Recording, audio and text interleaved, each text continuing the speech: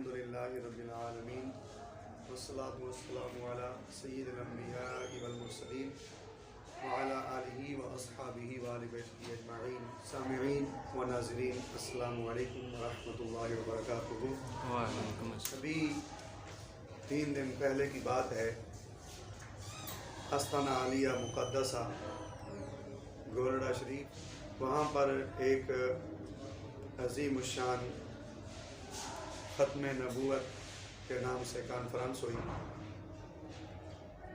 اس کے اندر جو کچھ بیانات ہوئے وہ سارے تو ہم نہ سن سکے، لیکن اس میں حنیف قریشی صاحب اور وہاں کے سجادہ نشین پیر نظام الدین جامی صاحب، ان کے بیانات سننے کا موقع ملا، وہ ہم نے سنے. لیکن ان کو سن کے ہم اس نتیجے پر پہنچے ہیں کہ ان لوگوں نے دین کے نام پر لوگوں کے ساتھ فراڈ اور لوگوں کو لوٹنے کا سلسلہ شروع کر رکھا ہے. خدمت دین یا محبت رسول، محبت اہل بیت یا محبت صحابہ والی، اس میں دور دور تک بھی ہمیں کوئی چمک دمک نظر نہیں آئی. میں اپنے ناظرین اور سامعین کو یہ واضح کرنا چاہتا ہوں کہ میں باقاعدہ دلیل سے بات کروں گا. آپ بھی غیر جانبدار ہو کے میری بات کو سنیں اور پھر اس کو سمجھنے کی کوشش کریں. یقین سے کہتا ہوں آپ بھی اسی نتیجے پر پہنچیں گے کہ واقعی اس میں ختم نبوت کا صرف کارڈ استعمال کیا گیا، نام استعمال کیا گیا. اصل مقاصد اپنی ذاتیات ہیں، اصل مقاصد اپنے نذرانے اور اپنی خانقاہی نظام کو، اپنے مریدین کو اپنے جال میں پھنسانا ہے اور ان کے نذرانوں کو محفوظ کرنا ہے. آئیے میں اس حوالے سے سب سے پہلی بات تو یہ کرنا چاہتا ہوں، آپ حضرات دونوں کی تقریروں میں مشترکہ طور پر یہ بات دیکھ سکتے ہیں، سن سکتے ہیں کہ حنیف قریشی صاحب نے جب خطاب شروع کیا تو خطاب کے شروع میں آیت مبارکہ پڑھی ہے، وَمَا آتَاكُمُ الرَّسُولُ فَخُذُوهُ وَمَا نَهَاكُمْ عَنْهُ فَانْتَهُوا. وما آتاکم الرسول فخذوه وما نہاکم عنہ فانتہوا. اب ہونا تو یہ چاہیے تھا، ایک تھوڑی سی سمجھ رکھنے والا انسان بھی سمجھ سکتا ہے کہ آیت مبارکہ خطاب میں پڑھی اسی لیے جاتی ہے کہ اس کا مفہوم لوگوں کو بتایا جائے، اس کا ترجمہ، اس کا صحیح مطلب لوگوں کے سامنے واضح کیا جائے. لیکن مولوی صاحب نے آیت تو پڑھ دی لوگوں کو یہ واضح کرنے کے لیے، دیکھو میں جو بات کرنے لگا ہوں قرآن سے یہ بات کرنے لگا ہوں. لیکن آگے فراڈ یہ کیا کہ قرآن کی آیت مبارکہ پڑھ کے نہ تو قرآن پاک کی آیت کا ترجمہ کیا، نہ اس کا مفہوم بیان کیا، اور ایسے ہی آگے حضرت سیدہ فاطمہ الزہرا رضی اللہ تعالی عنہا کی شان میں جو باتیں ہیں وہ کرنی شروع کر دی فضائل کے حوالے سے. تو میں واضح کرنا چاہتا ہوں، کروڑوں سلام ہوں حضرت بی بی فاطمہ پاک پر. ہمارے قبلہ کنز العلماء حضور مفکر اسلام ڈاکٹر محمد اشرف آصف جلالی صاحب، آپ فرماتے ہیں کہ ان کی توہین، ان کی بے ادبی کرنا یہ تو بڑی دور کی بات ہے، اس کا کروڑواں حصہ بھی ہم جائز نہیں سمجھتے. کوئی انسان ان کی توہین کا کروڑواں حصہ بھی کرے. تو حضرات گرامی، یہ کتنی بڑی بدبختی ہے کہ قرآن کا کارڈ استعمال کر کے، قرآن کی آیات پڑھ کے، اور جو ان کا مفہوم اور مطلب ہے وہ لوگوں کو نہ بتانا اور اپنی من مانی آگے شروع کر دینا. تو یہ سب سے پہلا ان کا فراڈ ہے. اسی طرح پیر جامی صاحب نے بھی، اور مزے والی بات یہ کہ آیت مبارکہ وہ پڑھی کہ جو اہل سنت کے بچے بچے کو بھی یاد ہے، ان اللہ وملائکتہ یصلون علی النبی. یہ آیت مبارکہ ہر عالم دین پڑھتا ہے، ہر طالب علم پڑھتا ہے، ہر بچہ پڑھتا ہے. لیکن پیر جامی صاحب، ان کو کتنا قرآن سے وابستگی ہے، قرآن ان کو کتنا یاد ہے. پیر صاحب نے آیت مبارکہ ہی غلط پڑھ دی ہے. یہ آپ خود سن سکیں گے. پیر صاحب یوں پڑھ رہے تھے ان اللہ و ملائکتہ، ان اللہ و ملائکتہ. جب توجہ سے سنیں گے تو یقیناً آپ کو سمجھ آ جائے گی. ان اللہ و ملائکتہ یصلون علی النبی. حالانکہ قرآن پاک کی آیت مبارکہ ہے ان اللہ و ملائکتہ، ان مشبہ بالفعل پیچھے آیا ہوا، اس کی وجہ سے بھی وہاں پر نصب آنی چاہیے. لیکن ان لوگوں نے دین کے نام پر جو فراڈ شروع کیا ہے، اتنا بڑا فراڈ کہ ان کو قرآن کی آیات مبارکہ پڑھنی بھی سیدھی نہیں آتی، لیکن پھر بھی قرآن پڑھ کے لوگوں کو کیسے گمراہ کر رہے ہوتے ہیں. تو حضرات محترم، آئیے میں مزید اس حوالے سے آگے بات کو بڑھاتا ہوں کہ دین کے نام پر فراڈ کیسے کیسے ہو رہا ہے. دیکھیں، ٹائٹل یہ دیا گیا عالمی بین الاقوامی ختم نبوت کانفرنس، یعنی پوری دنیا سے لوگ اس کانفرنس میں آئیں گے اور بیانات ہوں گے اور ختم نبوت کا بیان ہوگا. لیکن بڑے افسوس کی بات ہے، پوری یہ جو میں نے 2 تقریریں سنی ہیں، نہ تو حنیف قریشی صاحب نے نہ تو کوئی ختم نبوت کے حوالے سے آیت مبارکہ پڑھی، نہ کوئی حدیث مبارکہ پڑھی ختم نبوت کے حوالے سے، اور نہ ہی مطلقاً ختم نبوت کا مسئلہ بیان کیا، اور نہ ہی پیر جامی صاحب نے ختم نبوت کے حوالے سے ایک بات بھی نہیں کی. تو پھر اس کانفرنس کا نام ختم نبوت کانفرنس کیوں رکھا گیا؟ سیدھا سیدھا اس کا نام پھر شان فاطمۃ الزہرا رضی اللہ تعالیٰ عنہ یہ نام ہونا چاہیے تھا، یا پھر عظمت سادات یہ نام ہونا چاہیے تھا، کہ جس میں جناب وہ سارے سیدوں کو یہ کہا گیا کہ تم سارے اکٹھے ہو جاؤ، تم اپنے مریدین کو اکٹھا کر لو، سارے اکٹھے ہو کے ڈاکٹر اشرف آصف جلالی کا مقابلہ کرو. تو پھر عنوان ہی علیحدہ ہونا چاہیے تھا نا. تو ہمیں یہ سمجھ آتی ہے کہ نام جو ختم نبوت کا استعمال کیا گیا تو یہ لوگوں کے ساتھ دین کے نام پر فراڈ کیا گیا ہے. بھائی جب بات ختم نبوت کی ہے، جب کانفرنس ختم نبوت کے عنوان سے ہے، تو پھر اس میں بیان بھی تو ختم نبوت کا ہونا چاہیے تھا نا.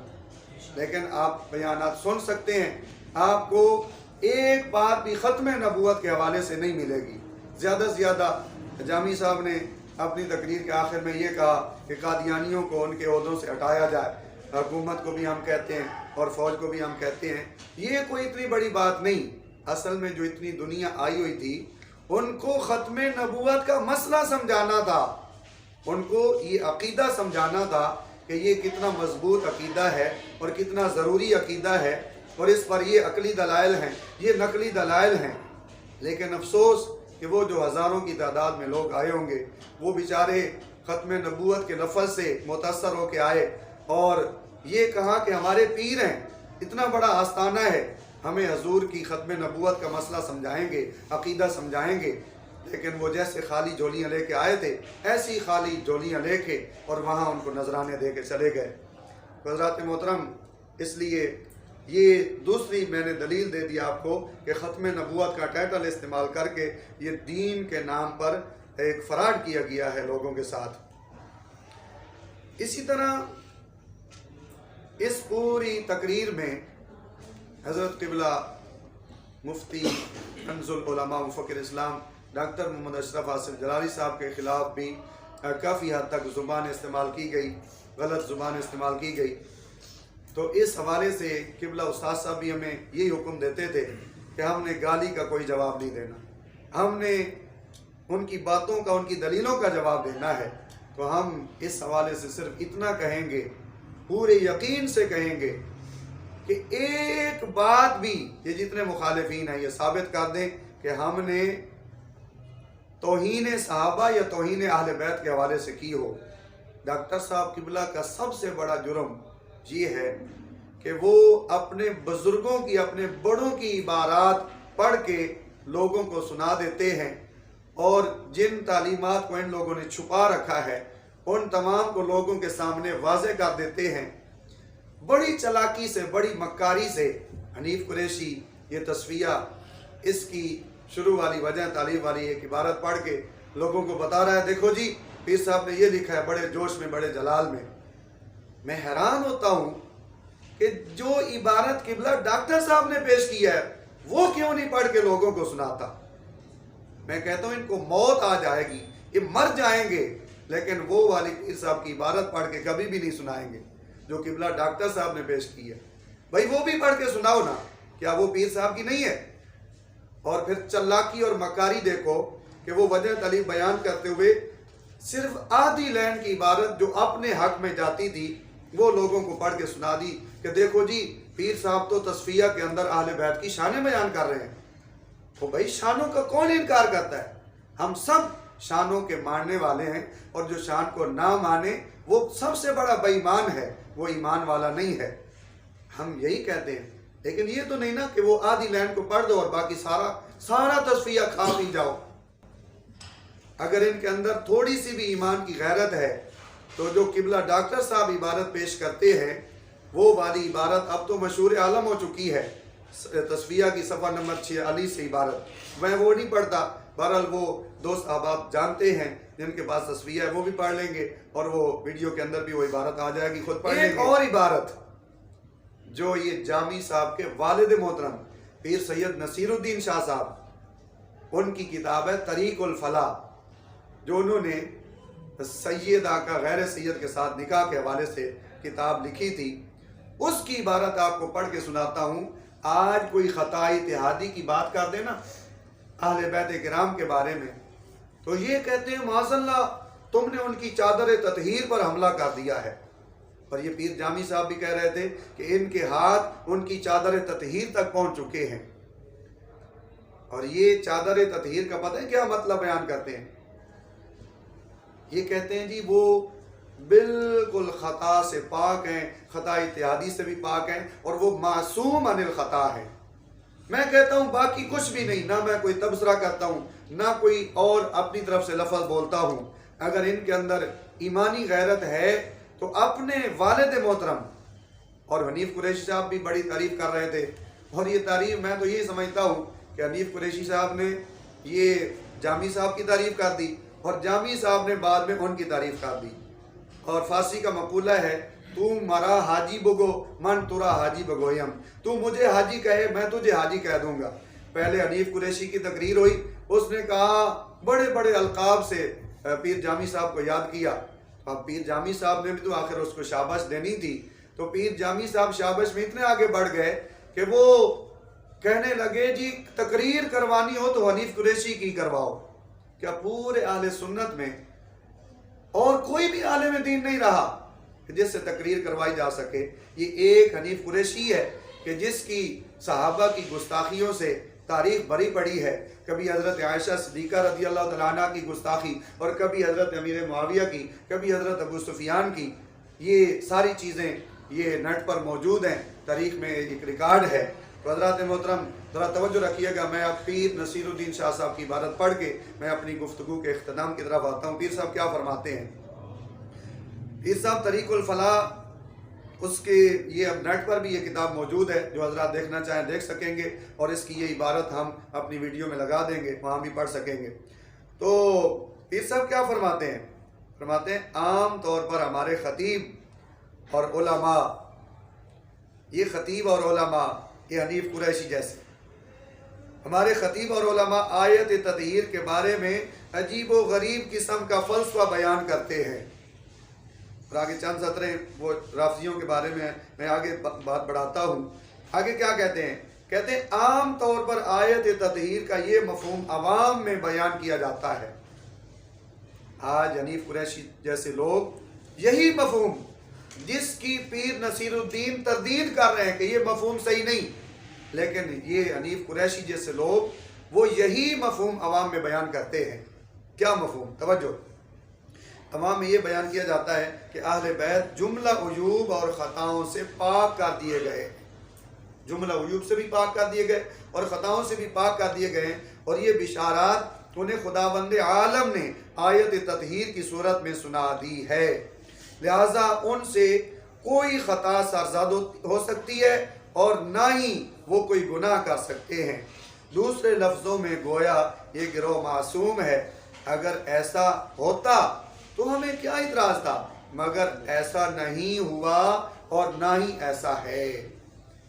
یہ طریق الفلاح فی مسئلۃ الکفر لکھنے کا باب اول صفحہ نمبر اس کا 3 ہے.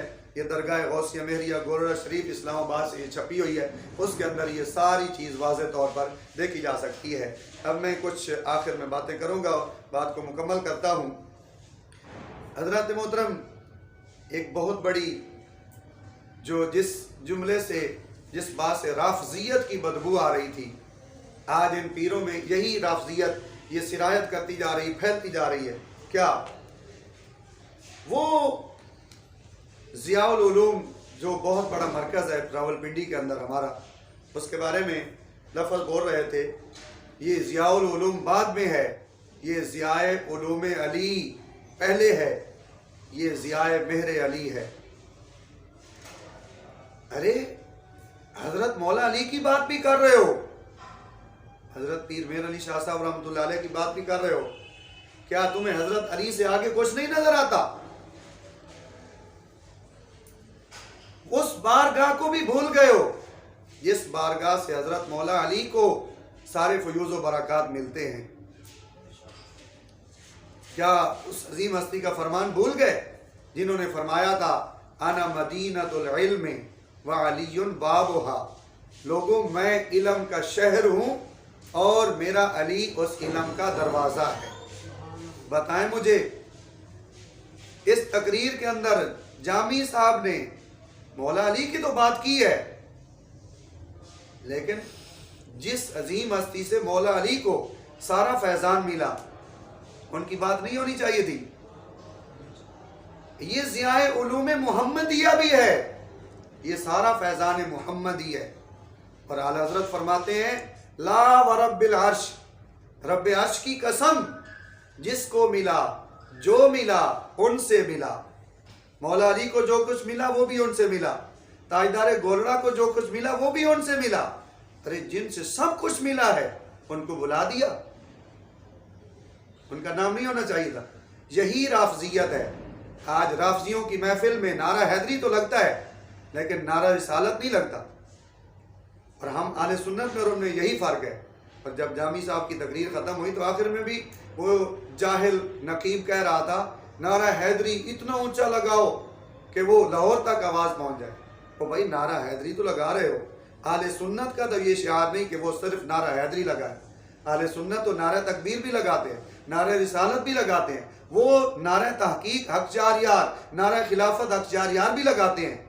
اور یہی چیز پہلا باب پیر صاحب قبلہ عالم گولڑوی رحمۃ اللہ علیہ نے بھی یہی چیز خلافت راشدہ کے حوالے سے بیان کی ہے. تو ان کو یہ نعرہ خلافت لگاتے ہوئے موت نظر آتی ہے. انہوں نے جو صرف نعرہ حیدری کو ہی پکڑ لیا ہے. اور پھر جامی صاحب کی تقریر سے ایک چیز مجھے یہ بھی سمجھ آئی کہ وہ اس وقت رافضیت کو بہت زیادہ پروموٹ کر رہے ہیں. رافضیت کو آپ کہیں گے جی دلیل، اس کی دلیل یہ ہے کہ دیکھیں وہ ناسبیوں کے خلاف تو بات کرتے ہوئے نظر آئے لیکن رافضیوں کے خلاف کیوں نہیں بات کی؟ جو رافضی صحابہ کرام کی گستاخیاں کر رہے ہیں، حضرت ابوبکر صدیق کی گستاخیاں کر رہے ہیں اور دیگر صحابہ کی، کیا وہ ان کو چھٹی ہے؟ ان کو آزادی ہے جو مرضی وہ کرتے رہے؟ آزادی نہیں ہونی چاہیے نا. جہاں انہوں نے رگڑا لگایا ہے ناسبیت کو تو وہاں رافضیت کو بھی رگڑا ہونا چاہیے تھا. لیکن مجال ہے پوری تقریر میں حنیف قریشی نے یا جامی صاحب نے ایک لفظ بھی رافضیوں کے خلاف بولا ہو، صحابہ کے گستاخوں کے خلاف بولا ہو. سنیت یہ ہے کہ صحابہ کرام کا بھی ادب و احترام کیا جائے اور اہل بیت کرام کا بھی ادب و احترام کیا جائے. تو صرف اہل بیت کی بات کرنا اور صحابہ کی بات نہ کرنا، یقیناً اسی سے رافضیت کی بدبو آتی ہے. اس لیے میں نے یہ بات آپ کے سامنے کر دی ہے کہ جہاں علوم علی، علوم مہر علی کی بات ہوئی ہے تو وہاں اس سے بھی پہلے علوم محمدیہ کی بات ہونی چاہیے تھی. تو حضرات محترم، یہ جو کہتے ہیں کہ اچھا جامی صاحب، میں آخری بات کر کے بات ختم کرتا ہوں اور میں دعا کروں گا کہ اللہ تعالیٰ سب کو یہ سمجھنے کی عمل کی توفیق عطا فرمائے. جامی صاحب اعلیٰ حضرت رحمۃ اللہ علیہ کے حوالے سے بڑے پیارے لفظ بول رہے تھے اور مجھے یہ سمجھ آتی ہے کہ چند دن ان کا ایک کلپ سننے میں آیا تو وہاں پر وہ قبلہ ڈاکٹر صاحب کو پتہ ہے کیا کہہ رہے تھے؟ تم ہمارے اعلی حضرت کی بات ہی نہ کیا کرو، تم اپنے اعلی حضرت کی بات کیا کرو۔ کیا مطلب؟ مطلب یہ تھا کہ وہ جو اعلی حضرت فاضل بریلوی ہیں وہ ہمارے نہیں ہیں، ہمارے اعلی حضرت گولڑوی ہیں بس۔ تو پھر جب لوگوں کی طرف سے دباؤ بڑھا اور لوگوں نے بڑی بڑی پوسٹیں کی تو پھر اس وقت ان کو اعلی حضرت کی تعریفیں کرنا یاد آ گیا۔ تو بھائی اتنی تعریفیں جو کرتے ہو اور تم ان کو 14ویں کا چاند بھی مان رہے ہو اپنے شعر کے اندر، تو کیا آپ کو بریلوی کہلانے میں کیوں موت نظر آتی ہے؟ اچھا کہہ رہے تھے ہم سنی حنفی ہیں، ہم سنی حنفی ہیں، تو مجھے بتائیں یہ تو دیوبندی بھی کہتے ہیں، جتنے پاکستان میں دیوبندی ہیں سارے کہتے ہیں ہم سنی حنفی ہیں۔ او بھائی دیوبندیوں میں اور ہمارے اندر فرق کیا ہے؟ وہ دیوبندی حنفی دیوبندی ہے، وہ سنی حنفی دیوبندی ہے، اور ہمارا اور ان کا فرق لفظ بریلوی سے جا کے ہوتا ہے۔ یہ بریلوی کا لفظ ہم نے اپنے ساتھ اس لیے لگایا کہ انہوں نے بھی اپنے آپ کو سنی حنفی کہنا شروع کر دیا تھا، اگرچہ پہلے یہی سلسلہ آ رہا تھا سنی حنفی، لیکن جب سے انہوں نے اپنے آپ کو سنی حنفی کہنا شروع کیا تو لوگوں کو پتہ نہیں چلتا تھا یار وہ بھی سنی حنفی کہتے ہیں، تم بھی سنی حنفی کہتے ہو۔ تو ہمارے علماء نے کہا اپنے نام کے ساتھ بریلوی لکھا دو، تو اس طرح ان کا اور ہمارا کیا ہو جائے گا؟ فرق۔ تو یہ جس طرح کہہ رہے تھے کہ ہم سنی حنفی ہیں ہم بریلوی نہیں ہیں، تو اس کے مطابق تو پھر دیوبندیوں میں اور اہل سنت میں ہمارے جو سچے اہل سنت ان میں کوئی فرق ہی نہیں رہ جائے گا۔ لہٰذا یہ بریلوی یہ ہمیں اس سے منافقت کی ایک عجیب جھلک نظر آتی ہے، ایک طرف اتنی ان کی تعریفیں کرنا اور دوسری طرف بریلوی کہلانے سے اپنے آپ کو یہ دور رکھنا، یہ حقیقی تعریف یہ سچی تعریف نہیں ہے۔ بندے کو دنیا کے اندر جس کے ساتھ محبت ہوتی ہے عقیدت ہوتی ہے تو بندہ اس کی طرف اپنے آپ کو نسبت کرنے میں فخر محسوس کرتا ہے۔ لہٰذا اگر اعلیٰ حضرت کے ساتھ اتنا پیار ہے جتنے الفاظ تم بول رہے تھے تو اپنے آپ کو بریلوی کہلانے میں بھی عار محسوس نہ کرو۔ میں دعا کرتا ہوں اللہ تعالیٰ ہم سب کو سمجھنے کی عمل کی توفیق عطا فرمائے۔